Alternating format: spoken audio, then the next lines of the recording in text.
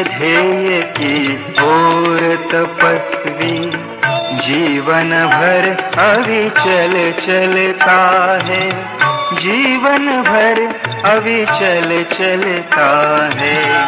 दिव्य ध्येय की ओर तपस्वी जीवन भर अविचल चलता है, जीवन भर अविचल चलता है।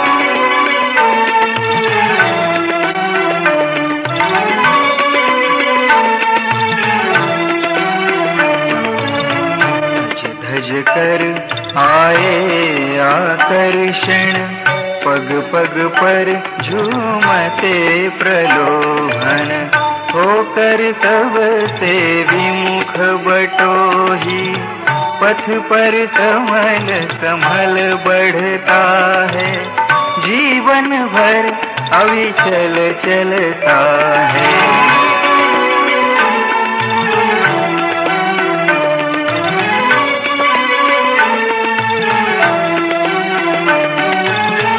अमर तत्व की अमिट साधना, प्राणों में उत्सर्ग कामना, जीवन का शाश्वत व्रत लेकर साधक हंस कण कण गलता है, जीवन भर अविचल चलता है।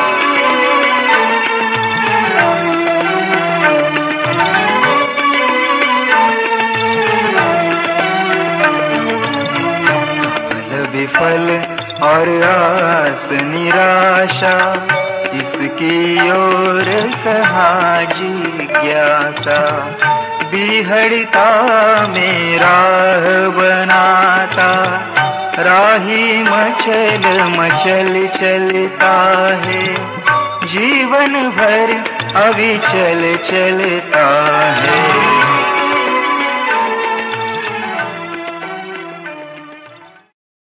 ओम शांति। जनवरी मास आते ही हम सभी के मन में साकार ब्रह्मा बाबा की यादें फिर से साकार होने लगती हैं। ये अव्यक्त मास हर एक आत्मा को अव्यक्त स्थिति की ओर प्रेरित करता है।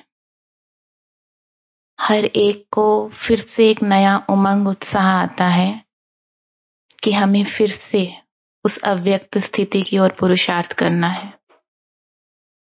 और जनवरी मास को वैसे भी विशेष वरदान मिला हुआ है कि इस मास में मेहनत कम और प्राप्ति ज्यादा होती है। तो कोई भी संकल्प जो हम जनवरी मास में अपने पुरुषार्थ के लिए करते हैं, उस संकल्प को पूरा करने में बाप दादा की एक्स्ट्रा मदद मिलती है। और हम देखते हैं कि वातावरण चारों ओर अपने आप ही इतना अव्यक्त हो जाता है, क्योंकि वातावरण के ऊपर प्रभाव हमारी ही स्थिति का पड़ता है। जब हमारी स्थिति उस अव्यक्त स्वरूप की तरफ आकर्षित होती है, तो वातावरण अपने आप अव्यक्त होने लगता है, चाहे वो फिर मधुबन का वातावरण हो, सेंटर्स का वातावरण हो या हमारे घरों का भी वातावरण हो। तो जनवरी मास में बहुत सारी आत्माएं बहुत सारे नए नए संकल्पों से पुरुषार्थ करती हैं, हम सभी आत्माएं। और हम लोग जनवरी मास में अभी ब्रह्मा बाबा की विशेषताओं का चिंतन कर रहे हैं, क्योंकि किसी भी बात का जब ज्यादा चिंतन किया जाता है, तब वो बात हमारे चरित्र का हिस्सा बनने लगती है।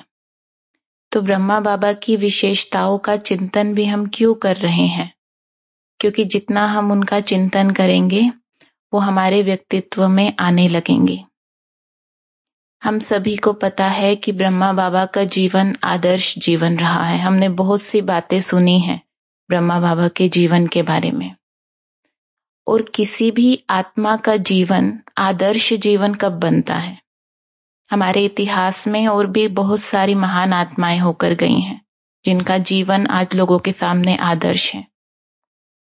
जैसे राजा हरिश्चंद्र हुए, रानी लक्ष्मीबाई, गुरु गोविंद सिंह, बहुत सारी आत्माएं हुई हैं जिन्हें हम आदर्श जीवन का प्रेरक मानते हैं। किसी भी आत्मा का जीवन आदर्श कब बनता है? कब बनता है किसी भी आत्मा का जीवन आदर्श जीवन? जब कर्म प्रेरणादायक हो। हाँ, जब संसार में इतनी परिस्थितियां होने के बावजूद, इतना ओपोजिशन होने के बावजूद, क्योंकि जितनी भी महान आत्माएं हुई हैं, किसी को भी ऐसा नहीं कि कोई ओपोजिशन सहन नहीं करना पड़ा। इतना सब होने के बावजूद जब आत्मा अपने नियमों पर पक्की रहती है, अपने सिद्धांतों पर पक्की रहती है, तब आत्मा का जीवन आदर्श जीवन बनता है।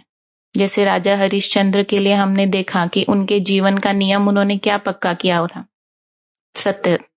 कुछ भी हो जाए सच बोलना ही है, और कोई भी स्थिति परिस्थिति कुछ भी आई, उन्होंने अपने उस नियम को पक्का रखा। तो ऐसे ही ब्रह्मा बाबा के जीवन में भी उन्होंने कुछ ऐसे उसूल पक्के किए हुए थे, कुछ ऐसे नियम पक्के किए हुए थे जो उन्होंने हर परिस्थिति में हर प्रकार की मनुष्य आत्मा के सामने सार्थक किए।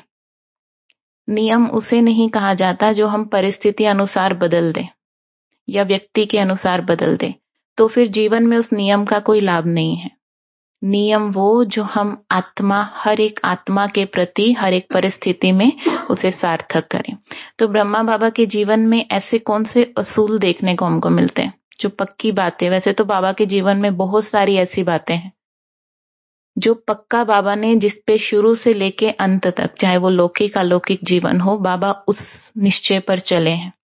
तो सबसे पहला तो बाबा के जीवन में जो नियम देखने को मिला, एक बल एक भरोसा। चाहे वो उनका लौकिक जीवन भी था, तब परमात्मा को जानते नहीं थे, लेकिन तब भी भगवान के लिए उतनी सच्ची आस्था थी। और जब बाबा का ज्ञान मिला, जब परमात्मा ने प्रवेश किया, उसके बाद उनका ये जीवन का पक्का नियम था, एक बल एक भरोसा। कराने वाला करा रहा है, चलाने वाला चला रहा है। बाबा हमेशा निश्चिंत स्थिति में कैसे रहे, क्योंकि उनको ये बात अंदर तक पक्की थी कि ये यज्ञ शिव बाबा का है, वो चला रहा है, वो ही करा रहा है। उन्होंने कभी भी इस यज्ञ पे कितने ऑपोजिशन आए, कितने लोगों ने कितनी बातें कही, लेकिन उन्होंने कभी भी ये नहीं सोचा कि मुझे कहा जा रहा है, मेरे ऊपर आ रहा है। उनको हमेशा ये पक्का था कि वो करवा रहा है, उसका कार्य है। जब बैगरी पार्ट भी चला, भंडारी में इतना भी नहीं था कि जो बच्चे बैठे हैं उनको एक वक्त का भोजन कराया जाए, तब भी बाबा की स्थिति कैसी थी? निश्चिंत। बाबा ने कहा मेरे बच्चे नहीं है ना, जिसके बच्चे हैं वो फिक्र करे, और बच्चे थे शिव बाबा के, तो उसको चिंता होनी चाहिए। तो ये बाबा के जीवन का पक्का नियम, एक बल एक भरोसा। दूसरा, और कौन सा नियम बाबा के जीवन में पक्का था? मांगने से मरना भला। ये जीवन में पक्का हमें भी करना है, क्योंकि हम भी बाबा के ही आगे, हम बाबा को फॉलो करने वाले हैं। हमें कभी भी किसी आत्मा से कुछ नहीं मांगना है। हमें जो भी मांगना है, जो भी अर्जी डालनी है, वो हमें बाबा के आगे डालनी है, शिव बाबा के आगे डालनी है। फिर वो उनका है कि वो हमें किसके द्वारा वो प्राप्ति कराएं। यज्ञ में कितने बड़े बड़े कार्य हुए, कितना कुछ बना, लेकिन बाबा ने हर आत्मा को, चाहे सेंटर्स पे हो चाहे यज्ञ में हो, ये बात पक्की कराई, मांगने से मरना भला।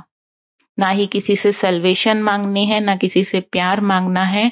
हमें जो भी चाहिए हमें अपने बाप से मांगना है, और फिर वो हमें किसके द्वारा दिलाते हैं वो उनकी जिम्मेवारी है।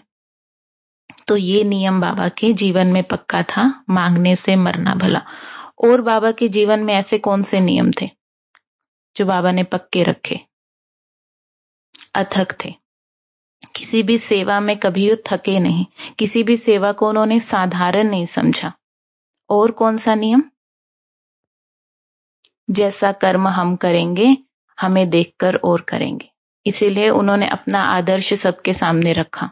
छोटे से छोटा कर्म भी किया, बच्चों को सिखाने के लिए, बच्चों को प्रेरित करने के लिए। और त्याग, तपस्या, मूर्त। और बाबा हर आत्मा के प्रति शुभ भावना, चाहे कोई कैसी भी आत्मा है, हर आत्मा के प्रति शुभ भावना। साकार में बाबा के जीवन का एक किस्सा सुनाते हैं कि एक बार, हम सभी को पता है कि ब्रह्मा बाबा अपने लौकिक जीवन में हीरे जवाहरात के व्यापारी थे, लेकिन एक बार अखबार में किसी ने ब्रह्मा बाबा के लिए लिख दिया कि बाबा साइकिल का पंचर ठीक करने वाले थे। तो ये अखबार जब निर्मल शांता दादी ने पढ़ा, जो बाबा की लौकिक बेटी थी, तो उनको अच्छा नहीं लगा। तो उन्होंने बाबा को कहा, बाबा मैं इस अखबार वाले के ऊपर मानहानि का केस करूंगी कि इसने मेरे बाबा के बारे में ऐसे कहा। तो बाबा ने कहा, बच्चे उस अखबार का नाम क्या है? तो उसने कहा, विश्वामित्र। तो बाबा ने कहा कि निंदा हमारी जो करे, मित्र हमारा सोए। उस अखबार वाले को लिख दो कि आपने हमारी निंदा की है, लेकिन फिर भी आप हमारे मित्र हो। तो दादी ने वही किया। तो उस अखबार वाले को इतना इस बात में बुरा लगा कि मैंने इतना गलत लिखा, फिर भी ये मुझे अपना मित्र कह रहे हैं। तो उसने आके अपने किए हुए कर्म की माफी भी मांगी और बोला कि मैं अभी सब कुछ करेक्ट करके लिखूंगा। तो ये शुभ भावना की शक्ति का प्रणाम है। अगर हम उसको गलत वे में करते, उसको गलत वे में सिखाने की कोशिश करते, तो वो आत्मा कभी भी नहीं सीखती। लेकिन शुभ भावना रखने से वो आत्मा उस सबक को सीख गई। तो ये कुछ बाबा के जीवन के नियम थे जिन्हें उन्होंने पक्का रखा था और जो उनके जीवन की अलग अलग विशेषताएं बनी। आज बाबा के जीवन की जिस विशेषता का हम चिंतन करने वाले हैं, वो है कर्म योग का निरंतर संतुलन। बाबा के जीवन में कर्म योग का जो बैलेंस हमें देखने को मिला, उसके बारे में हम बात करेंगे। तो कर्म योग, कर्म और योग, अगर इनको दो अलग अलग शब्दों में हम देखते हैं, तो कर्म जब भी शब्द आता है तो हमें साकार कर्म दिखाई देता है, जो हम सेवा करते हैं, जो हम नौकरी करते हैं, पुरुषार्थ करते हैं, जो भी साकार कर्म हम करते हैं। और जब हम योग का शब्द आता है तो योग हमें लगता है कि जो हम बैठ के बाबा को याद करते हैं वो योग। लेकिन बाबा ने कहा ये दोनों अलग अलग नहीं होने चाहिए। कर्म करते हुए योग रहे तभी उसे कर्म योग कहा जाएगा। और कर्म करते हुए योग करना मतलब ऐसा नहीं कि हम कर्म छोड़ के हम लोग योग में बैठ जाएं, लेकिन कर्म करते हुए आपकी तार उस परमात्मा से जुड़ी हुई हो और मन में ये बात पक्की हो कि मैं आत्मा करनहार हूं, करावनहार वो परमात्मा है। इस स्थिति को कहा जाता है कर्म योग। हर कर्म करते हुए परमात्मा के ऊपर हमारा वो पक्का निश्चय कि मैं सिर्फ करने वाली हूं, कराने वाला वो है। साकार में ब्रह्मा बाबा कर्म योगी जीवन के सिंबल थे। वो कितने भी बिजी रहते हुए भी उन्होंने अपने जीवन में कर्म योग को सार्थक करके दिखाया। कई बार बिजी होते हुए हम सोचते हैं कि हम इतने बिजी थे, हमें याद ही नहीं रहा कि बाबा को भी याद करना है। लेकिन बाबा ने इसमें कहा है कि बाबा से ज्यादा बिजी तो कोई भी नहीं था। बाबा के ऊपर कितनी बड़ी जिम्मेवारी थी, उतनी बड़ी तो हमारे ऊपर नहीं है। लेकिन उसके साथ भी बाबा ने कर्म योग को करके दिखाया। तो जो कर्म योगी आत्मा होती है, उसके क्या लक्षण होते हैं, उसकी क्या विशेषताएं होती हैं? सबसे पहले तो जो कर्म योगी आत्मा होती है, उसकी स्थिति हमेशा एक रस रहेगी। कैसे कर्मयोगी आत्मा की स्थिति एक रस रहेगी? क्योंकि जब हम इस स्मृति में कर्म करेंगे कि मैं सिर्फ करने वाली हूं, करवाने वाला वो परमात्मा है, तो फिर जो कर्म मैंने किया, अगर उसकी कोई बहुत ज्यादा प्रशंसा करता है तो भी मुझे अंदर में पता है कि ये करवाने वाला कौन है। तो कर्मयोगी आत्मा उस प्रशंसा को स्वीकार नहीं करती। और अगर मैंने कोई कर्म किया, थोड़ा ठीक से नहीं हुआ, किसी ने मेरी कोई ग्लानि की, तो भी कर्मयोगी आत्मा उस ग्लानि को भी स्वीकार नहीं करती, क्योंकि मैं सिर्फ करने वाली हूं, करवाने वाला वो है। तो ना ही निंदा में ना ही स्तुति में, दोनों में कर्मयोगी आत्मा हिलती नहीं है। कर्मयोगी आत्मा हमेशा स्टेबल रहती है। कर्मयोगी आत्मा हमेशा निश्चिंत रहती है। हमें चिंता कब होती है किसी भी कर्म की? जब हम सोचते हैं मेरी सेवा है, मुझे करनी है, मेरी जिम्मेवारी है। लेकिन जब हम इस स्मृति में कोई भी कर्म करते हैं कि जिम्मेवारी उसकी है, भले वो चाहे हमारा लौकिक कर्म भी हो, चाहे हम अपना बिजनेस कर रहे हैं, घर संभाल रहे हैं, लेकिन उसमें भी हम ये सोचें जिम्मेवारी उसकी है। तो जब उसकी जिम्मेवारी समझ के कर्म करेंगे तो वो कर्म में हम निश्चिंत रहेंगे। कर्मयोगी आत्मा कभी चिंता में नहीं आ सकती। और कर्मयोगी आत्मा के क्या लक्षण होते हैं? हाँ, ना ही किसी, बिल्कुल बिल्कुल, दूसरे को भी चिंता में हम तभी लाते हैं ना जब हमारी अपनी स्थिति बिगड़ती है। तो जिसकी अपनी स्थिति ठीक नहीं होती है वो फिर दूसरे की भी ठीक स्थिति को देख नहीं पाता है, वो उसकी भी बिगाड़ता है। लेकिन जब हमारा अपना कनेक्शन परमात्मा से होता है तो हम दूसरे का भी कनेक्शन उससे जुड़ाने के निमित्त बनते हैं। और कर्मयोगी आत्मा कभी भी किसी कर्म को साधारण नहीं समझती। बाबा ने एक मुरली में कहा था, बर्तन मांजते हुए भी वही स्थिति होनी चाहिए जो भाषण करते हुए स्थिति होती है। क्योंकि वैल्यू इस चीज की नहीं है कि आप क्या कर्म कर रहे हैं, वैल्यू इस चीज की है कि आप किस स्थिति में कर्म कर रहे हैं। ऐसा नहीं कि बर्तन मांजते हुए हम उसे साधारण कर्म समझ के ऐसे ही कर रहे हैं और भाषण करते हुए हम बहुत रॉयल्टी से भाषण कर रहे हैं। दोनों जगह में आपकी स्थिति एक जैसी होनी चाहिए, मतलब रॉयल होनी चाहिए, श्रेष्ठ होनी चाहिए। जैसे एक बार बाबा के जीवन का एक उदाहरण देते हैं कि बाबा एक बार गोबर के उपले बना रहे थे। कितना साधारण कर्म है ना। और उसी समय उनको एक वीआईपी मिलने के लिए आया। तो जब वीआईपी मिलने आया तो जो बहन थी वहां पे वो उसको मना कर रही थी कि आप थोड़ी देर बाद आना, अभी नहीं, क्योंकि उसे ऐसा लग रहा था कि अगर वीआईपी बाबा को ऐसे गोबर के उपले बनाते देखेगा तो उसके ऊपर क्या प्रभाव पड़ेगा।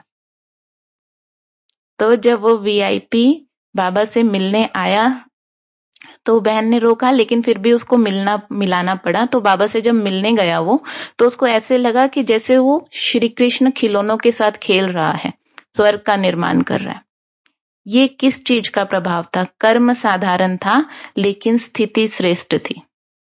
तो हमारी स्थिति भी हर कर्म के समय श्रेष्ठ होनी चाहिए। ऐसा नहीं कि भाषण करते हुए हम बहुत रॉयल लगे लेकिन सारा दिन जब हम अपनी सेवा में हैं तब हम कोई साधारण आत्माओं की तरह लगे। तो कर्म योगी आत्मा जिसकी स्थिति हर कर्म में एक समान रहे, हर कर्म में श्रेष्ठ रहे, कर्म योगी आत्मा कभी भी किसी भी सेवा को साधारण नहीं समझती। और कर्मयोगी आत्मा के क्या लक्षण है? हाँ जी, मान शान की इच्छा से परे रहेगी, हर चीज में हल्की रहेगी। और कर्मयोगी आत्मा, उसका हर कर्म एक्यूरेट होगा। कर्मयोगी आत्मा का कर्म गलत हो ही नहीं सकता क्योंकि जिम्मेवारी उसको दी हुई है, परमात्मा को दी हुई है। उसी की स्मृति में कर्म कर रही है तो कर्म सदा ही एक्यूरेट होना ही है। कई बार लोग कहते हैं कि हम बाबा के कमरे में योग कर रहे थे, इतने में हमारी बस छूट गई। हम खाना बनाते हुए बाबा को याद कर रहे थे तो खाना कब जल गया पता नहीं चला। तो आप यानी कि योग में नहीं थे, आप कहीं और ही खोए हुए थे। अगर आत्मा योग में कर्म कर रही है तो कर्म कभी भी गलत नहीं हो सकता, कर्म हमेशा एक्यूरेट होगा। अगर हम योग का नाम लेके कर्म को कहें कि इस कारण गलत हो गया क्योंकि मैं बाबा की याद में थी, तो ये फिर आपका एक्चुअल में आप उस समय योग में थे ही नहीं। कर्मयोगी आत्मा हमेशा हर कर्म को एक्यूरेट करेगी। और कर्मयोगी आत्मा, हाँ, लौकिक और अलौकिक का कोई वो भान नहीं रहता है, मतलब देह के भान से भी मुक्त हो जाते हैं। मतलब हर कर्म को जैसे हम परमात्मा को समर्पण करके कर रहे हैं। कोई भी कर्म करते हुए हमारी ये स्मृति है कि ये मैं बाबा की सेवा कर रही हूँ। फिर चाहे वो मैं अपने ऑफिस का काम कर रही हूँ, फिर चाहे घर में माताएं बच्चों को संभाल रही हैं, लेकिन हर कर्म करते हुए मन में यही भाव हो कि मैं बाबा की सेवा कर रही हूँ, तो फिर हम उस भान से भी परे हो जाएंगे। कर्मयोगी आत्मा की दिल सदा सच्ची होगी, तभी समर्पण भाव आएगा। अगर किसी आत्मा की सच्ची दिल नहीं है तो उसकी सेवा में भी वो झलकता है, सेवा से भी पता पड़ता है कि ये सच्ची दिल से सेवा नहीं कर रहा। क्योंकि जिस आत्मा की दिल सच्ची होती है वो कभी भी किसी कर्म से जी नहीं चुराता कि ये सेवा मुझे करनी है, या किसी सेवा को देख के हमें लगे कि भाई निकल जाते हैं, कभी ये सेवा नहीं बोल दे कोई, बहानेबाजी करने लगते हैं। तो कर्म योगी आत्मा जिसकी दिल सच्ची होगी, जिसका परमात्मा से वो सच्चा प्यार होगा। सच्ची दिल मतलब क्या? कि हमारा परमात्मा से वो सच्चा प्यार है। हम सिर्फ बाबा की पालना लेने वाले नहीं हैं, लेकिन टाइम पर वो सच्चा कर्म करने वाले भी हैं, टाइम पर वो सेवा करने वाले भी हैं। हम सिर्फ पालना लेके खुश नहीं होते रहे। कई बार इसी चीज का गुणगान होता रहता है, बाबा कितनी पालना करता है, बाबा कितनी पालना करता है। बाबा तो बहुत पालना करता है, बाबा तो अपना फर्ज जो है बहुत अच्छी तरह निभा रहा है, लेकिन उसके रिटर्न में जो सेवा मुझे करनी है, अगर मैं उसमें बहानेबाजी करती हूं तो यानी मेरी दिल सच्ची नहीं है। तो कर्मयोगी आत्मा वही होगी जिसका बाबा से वो सच्चा प्यार होगा, दिल का प्यार होगा। सच्चे प्यार के लिए देखिए दुनिया में भी कई एग्जाम्पल है ना, बाबा भी मुरली में देता है। किस किस का एग्जाम्पल देता है मुरली में?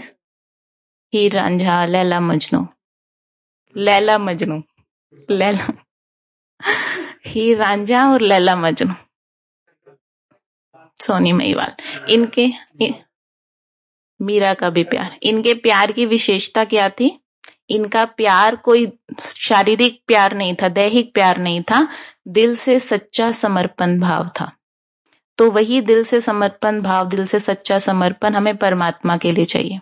लैला मजनू के लिए जीवन का एक किस्सा सुनाते हैं। बताते हैं कि जो लैला थी वो रोज मजनू से मिलने के लिए एक टीले पर जाया करती थी। हाँ जी, टीले पर जाया करती थी, और वो जब भी उससे मिलने जाती थी तो अपने साथ एक दूध का गिलास लेके जाती थी मजनू के लिए। ऐसे एक कहानी, हाँ चलिए इस कहानी का आप अर्थ समझ लेना लास्ट में।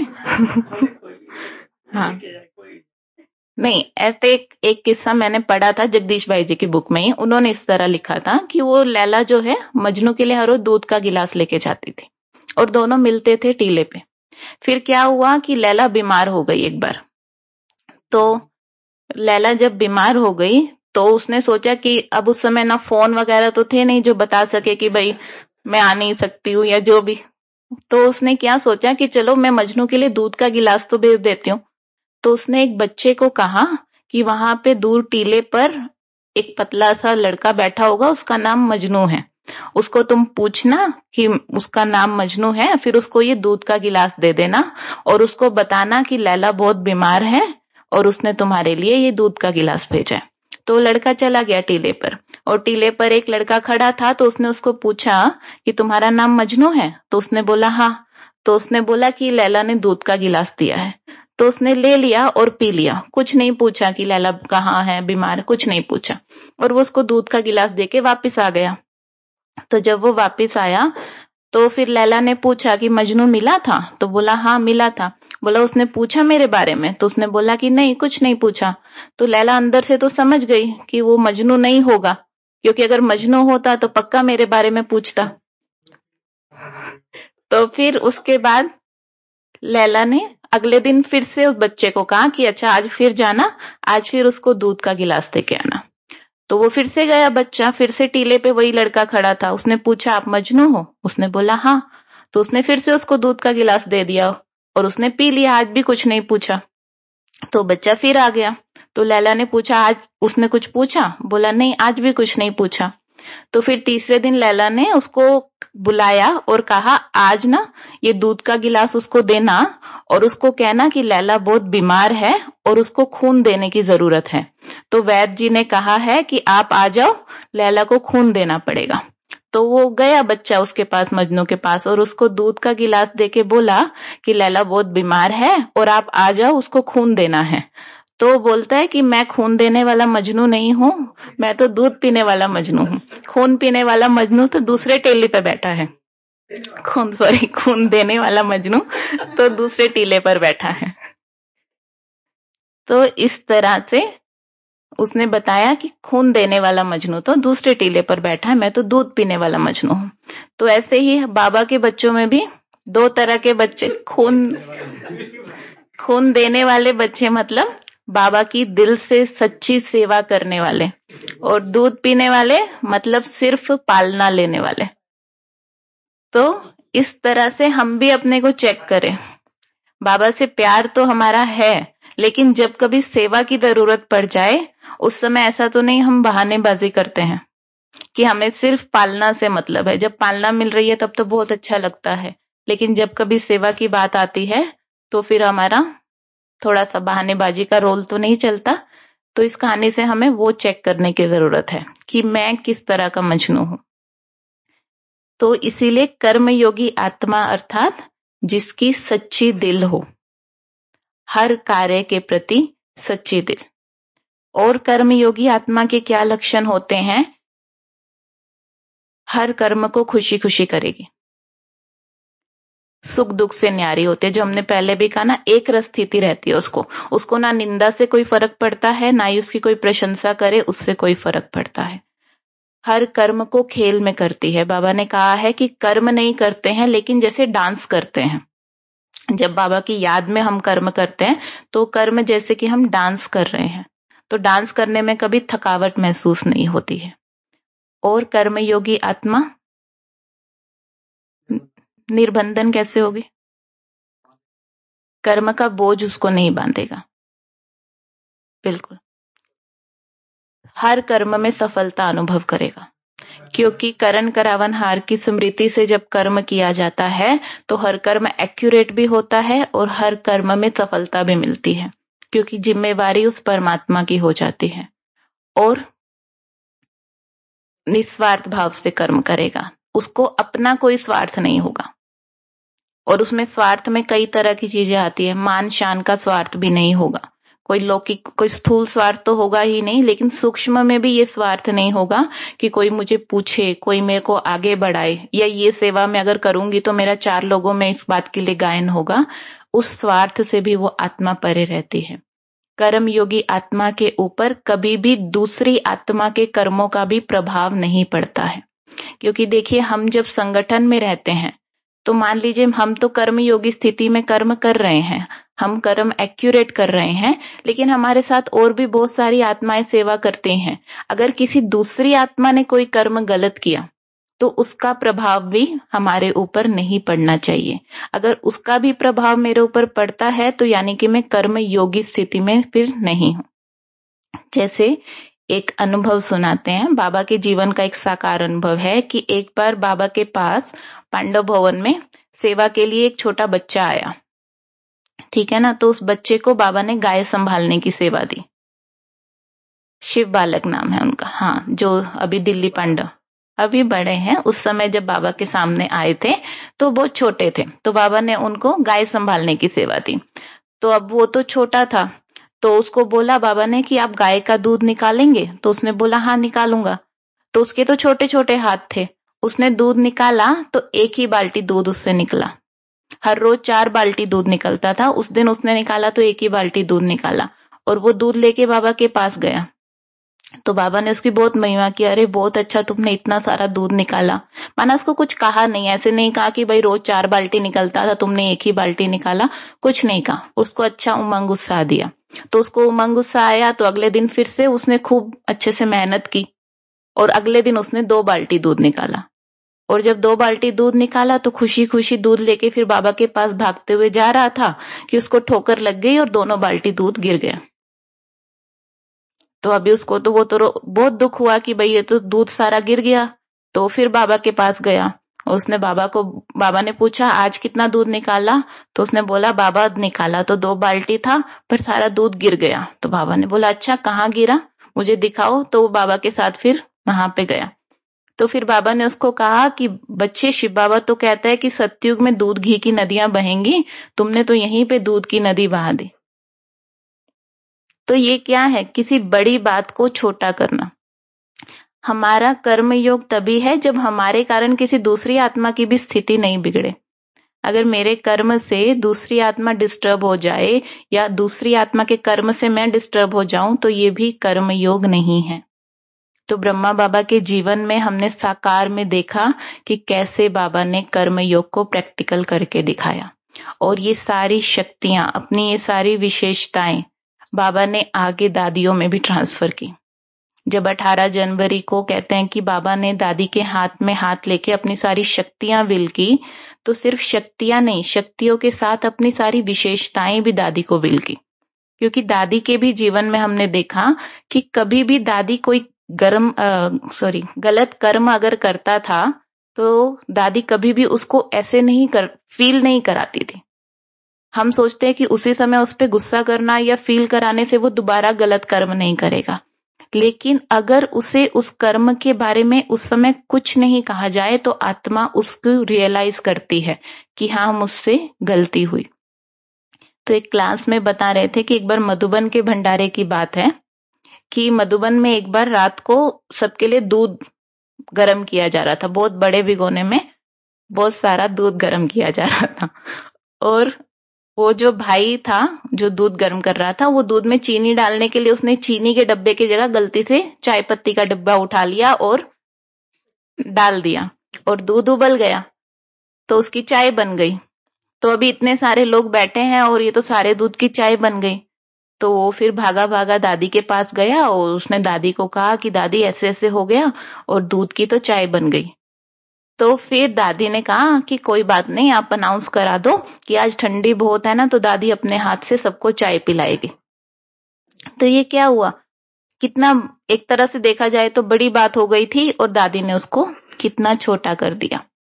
तो ये है कर्मयोगी आत्मा की निशानी, बड़ी बात को छोटा करना, ना कि हम छोटी बात को भी बड़ा करें। किसी की गलती छोटी हो और हम उसको सुना सुना कर बता कर बार बार जब भी वो आत्मा सामने आए उसको याद कराएं कि आपने उस समय ये गलती की थी। राई का पहाड़ बनाना, बाबा तो बोलते हैं राई को भी रुई बनाओ, बिल्कुल हल्का कर दो। जैसे अभी जो अव्यक्त मुरली चली बाबा की, उसमें भी बाबा ने कहा ना, सब बोझ मुझे दे दो। हम अपने ऊपर बोझ रखते हैं ना, हम सोचते हैं मेरी जिम्मेवारी थी, मैंने किसी को सेवा दी, मेरी जिम्मेवारी थी, उसने गलत कर दी तो मेरे ऊपर बात आ गई। लेकिन नहीं, हमारी सेवा है ही नहीं। कर्मयोगी आत्मा वो जो सेवा को परमात्मा को अर्पण करके कर्म करे, और जो आत्मा परमात्मा की सेवा मान के कर्म करती है ना, उसको सर्व का सहयोग भी मिलता है। कर्मयोगी आत्मा को हर आत्मा का सहयोग मिलता है, और वो सहयोग क्यों मिलता है, क्योंकि वो बाबा की सेवा कर रहा है। अगर हम किसी को कहेंगे कि भाई थोड़ी सेवा है आओ, तो वो आत्मा आएगी। लेकिन अगर हम कहेंगे कि जी मेरा काम है आके मदद करो, तो कोई आत्मा आके आपके काम में क्यों मदद करेगी, आपका काम है आप खुद करो।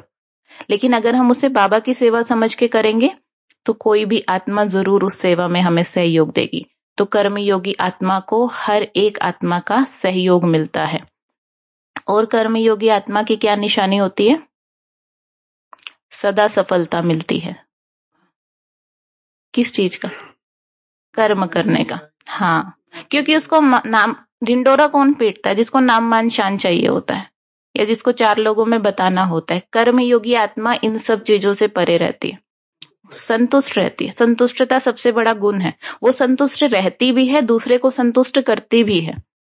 जो आत्मा कर्म योगी स्थिति में होगी वो दूसरी आत्माओं को भी संतुष्ट करेगी, और वो अपने कर्म के द्वारा दूसरी आत्माओं को प्रेरित करेगी, कह के प्रेरित नहीं करेगी। ऐसे नहीं कि मैं योग में कर्म कर रही हूं, अगर मेरे साथ में जो सेवा साथी है वो योग में कर्म नहीं कर रहा है तो मैं उसको कह के मुझे नहीं दिखाना है, मुझे अपनी स्थिति का प्रभाव उसके ऊपर डालना है। और कर्म योग तो हमारे ब्राह्मण जीवन का मेन लक्ष्य होना चाहिए, क्योंकि हम बाबा कहते हैं आप लोग चलते फिरते म्यूजियम हो, सबके सामने आपकी प्रत्यक्षता कैसे होगी, जब आपके कर्म में वो योग लोगों को देखने से पता चलना चाहिए कि ये कोई साधारण आत्मा नहीं है। और वो स्थिति तभी आ सकती है जब हम कर्म योग की स्थिति में कर्म करते हैं। और कर्म योगी आत्मा के क्या लक्षण होते हैं? हाँ जी, और आपने क्या बताया? अतीन्द्रिय सुख आएगा, हर सेवा को महत्व देगा, यानी कि किसी भी सेवा को साधारण नहीं समझेगा, छोटी बड़ी हर सेवा को महत्व देगा, और हर सेवा में उसको अतीन्द्रिय सुख की प्राप्ति होगी। अतीन्द्रिय सुख की प्राप्ति क्यों होगी? क्योंकि सेवा करते करते परमात्मा की याद उसके साथ जुड़ी हुई है। और अभी जो संडे की मुरली में था, संडे की मुरली का वरदान क्या था?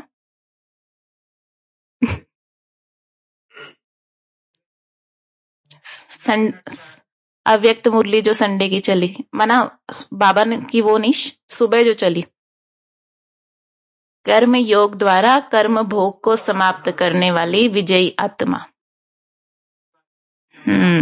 बाबा ने कहा जो आत्मा कर्म योग में होगी उसको कर्म भोग की फीलिंग नहीं आएगी।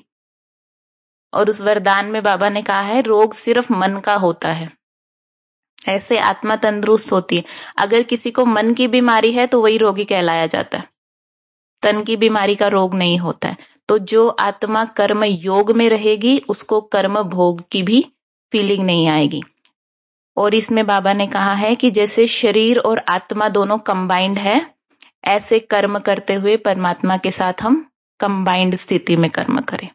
कोई भी जो बाहर की जो भी परिस्थिति है, जैसे बाबा एग्जाम्पल देते हैं ना कि कमल कीचड़ के बीच में रहता है तो भी कीचड़ के वाइब्रेशन कीचड़ उसको टच नहीं करता है, तो भी कर्मयोग ऐसे ही कर्मयोगी आत्मा भी संसार में रहते हुए संसार की कोई भी परिस्थिति, माया, कुछ भी उसको टच नहीं कर सकती है, निर्लेप रहेगी। और हाँ, आज का वरदान ये है कि मालिक बनके करावनहार मैं हूं और मैं इन कर्मेंद्रियों के द्वारा कर्म करा रही हूं। तो बाबा ने कहा कि इससे मन, बुद्धि, संस्कार आपके कंट्रोल में आ जाएंगे, क्योंकि हम उनका मालिक बनके कर्म करा रहे हैं। और कर्मयोगी आत्मा हर कर्म में परमात्मा की याद को रखेगी। हर कर्म शुरू करने से पहले बाबा को याद करके, और कर्म करते हुए भी बाबा की याद, और कर्म पूरा होने के बाद भी। कई बार हम लोग किसी सेवा पे जाते हैं ना, तो एक नियम बना है अपने को कि भाई जाते हुए बाबा को कह के जाना है कि बाबा हम ये सेवा के लिए जा रहे हैं, आप सहयोग देना, आप साथ रहना। पर सिर्फ जाते हुए नहीं, जब हम कर्म करके आ जाए तब भी बाबा को थैंक्स करने जाए। हाँ, जब जा रहे होते हैं उस समय याद रहता है कि हाँ बाबा चाहिए, बाबा को साथ। जब हो जाता है अच्छे से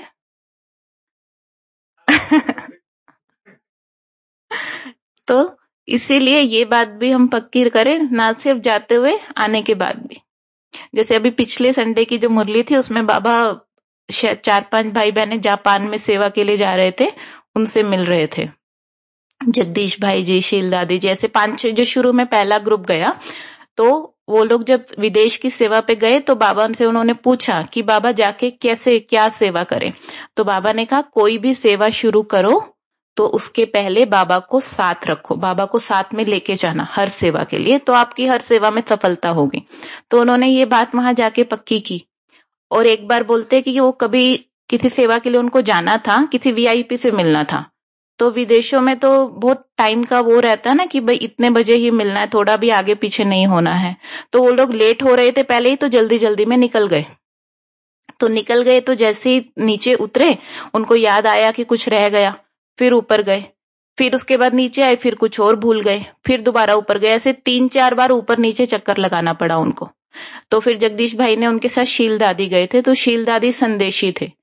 तो उन्होंने कहा कि एक बार बाबा से पूछो कि भाई ये क्या हो रहा है, हमें क्यों इतना बार बार ऊपर नीचे चक्कर लगाना पड़ रहा है। तो फिर दादी ने बाबा को पूछा, तो बाबा ने कहा कि बाप को भूले हो इसीलिए चक्कर में पड़े हो। 2 मिनट बचा रहे थे ना कि वो फटाफट निकल जाएं, तो उसके चक्कर में कितने चक्कर काटने पड़े। तो आत्मा जब चक्र में किसी फंस जाती है तो ऐसे ही चक्कर काटने पड़ते हैं। तो कर्म योगी आत्मा जो हमेशा परमात्मा की याद से अपने कर्म को शुरू करे और परमात्मा की याद में रह के करे और परमात्मा की याद से ही कर्म को पूरा करे। तो साकार में ब्रह्मा बाबा के जीवन में हमने ये कर्म योग का बैलेंस देखा। तो बाबा के जो बाबा के साकार इसके हैं कर्म और योग का निरंतर संतुलन। तो इसमें बताया है कि ब्रह्मा बाप साकार कर्म योगी का सिंबल है। कोई कितना भी बिजी हो, लेकिन ब्रह्मा बाप से ज्यादा बिजी और कोई हो नहीं सकता। फिर भी ब्रह्मा बाप ने कर्मयोगी बनकर दिखाया। सदा अपने को करनहार समझकर कर्म किया, करावनहार नहीं समझा। मैं करवाने वाला नहीं हूं, करनहार हूं। करावनहार बाप को समझने से कैसा भी कार्य करते सदा हल्के रहे। कर्मयोगी आत्मा हमेशा लाइट स्थिति में रहती है, सदा बाबा इसीलिए निश्चिंत रहे, हल्के रहे। जो दिखाते हैं ना कि विष्णु जी शेषशैया पे कितने रिलैक्स हैं, कितने आराम से बैठे हैं। क्यों वो इतने रिलैक्स स्थिति में हैं? क्योंकि उनके मन में ज्ञान का वो चिंतन चल रहा है। तो बाबा कहते हैं कि आपकी बुद्धि में भी ड्रामा का चिंतन चलता रहे तो आपकी भी स्थिति निश्चिंत रहेगी। करावनहार बाप को समझने से कैसा भी कार्य करते सदा हल्के रहे। तो कर्मयोगी बनने के लिए आप भी अपनी बुद्धि की तार बाप दादा को दे दो। चलाने वाला चला रहा है, कराने वाला करा रहा है और हम निमित्त बनकर कर्म नहीं लेकिन डांस कर रहे हैं। इससे एवर हैप्पी रहेंगे, थकेंगे नहीं। कोई भी सेवा करते हुए हम कर्म नहीं कर रहे लेकिन डांस कर रहे हैं, तो उससे एवर हैप्पी भी रहेंगे, कभी थकेंगे नहीं। जैसे शरीर और आत्मा दोनों कंबाइंड होकर कर्म कर रही हैं, ऐसे कर्म और योग दोनों कंबाइंड हैं। कर्म करते याद ना भूले और याद में रहते कर्म ना भूले। कई ऐसे कहते हैं कि कर्म क्षेत्र पर जाते हैं तो याद भूल जाती है। कर्म के समय याद तो ना भूले लेकिन याद के समय कर्म भूले या याद रहे? बाबा को याद करने बैठे हैं, उस समय सेवा याद रहे? नहीं याद रहे। तो फिर बाबा ने कहा कि कर्म करते, हाँ, कर्म करते हुए बाबा की याद नहीं भूले, ठीक है। और याद करते हुए अगर कोई सेवा आ जाए तो उसके लिए हम तैयार रहें। ऐसे नहीं कि ये मेरा योग का टाइम है, अभी मैं इस सेवा के लिए नहीं आऊंगा। कर्म